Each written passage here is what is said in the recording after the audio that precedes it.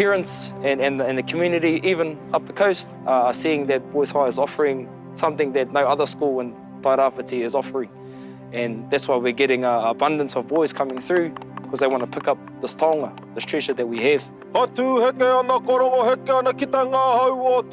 We were able to take a program and develop it here for our young men, tūtāne. Who are you and who are you going to be in the future? Who do you want to be?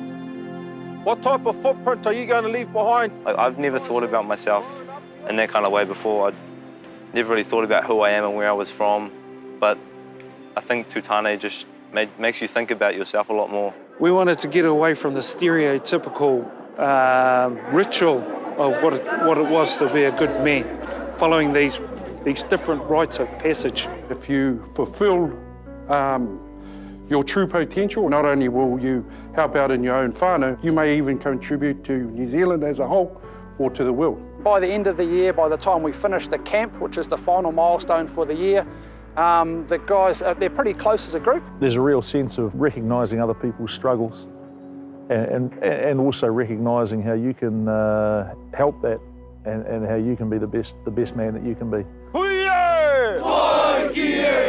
It comes back to our school motto, courage knows no defeat. If you haven't got the courage to step forward and take up a challenge, then you'll never know what you can achieve.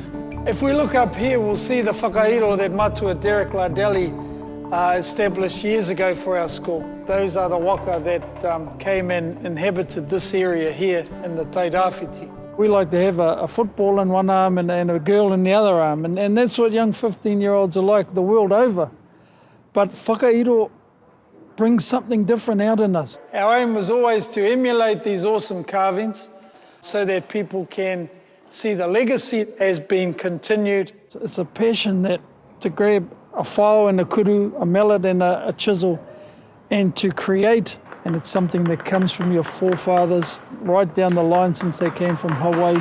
It strengthens that union of tupuna, and to have it come down through Shauna, it's really touching as a parent to see the work that your children can create being in this whakairo environment. We knew the parents and the family would be blown away, and they loved it, to the point where some people have been brought to tears looking at their son's work.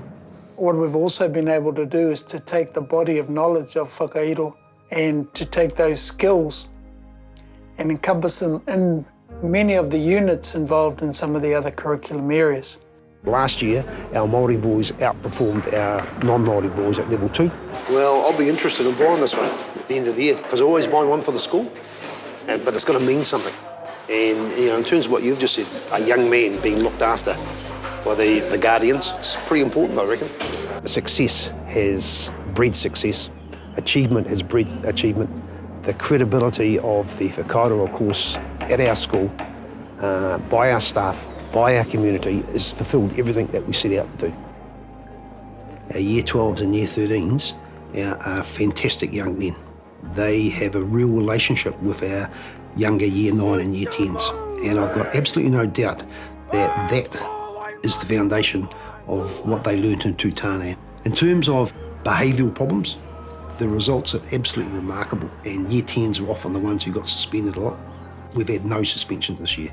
They were making better judgments about when to, whether or not to do that really stupid thing. Aero looked into that, and we became one of their good practice schools for reduction in stand-down and suspension, based around the tūtāne program and whakairo.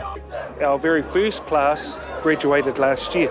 Those boys are in university. We see them around town, and it's easy to have a chat and to catch up. The community and the school community are saying, wow, look at these young guys and look at what they're capable of doing. Oh,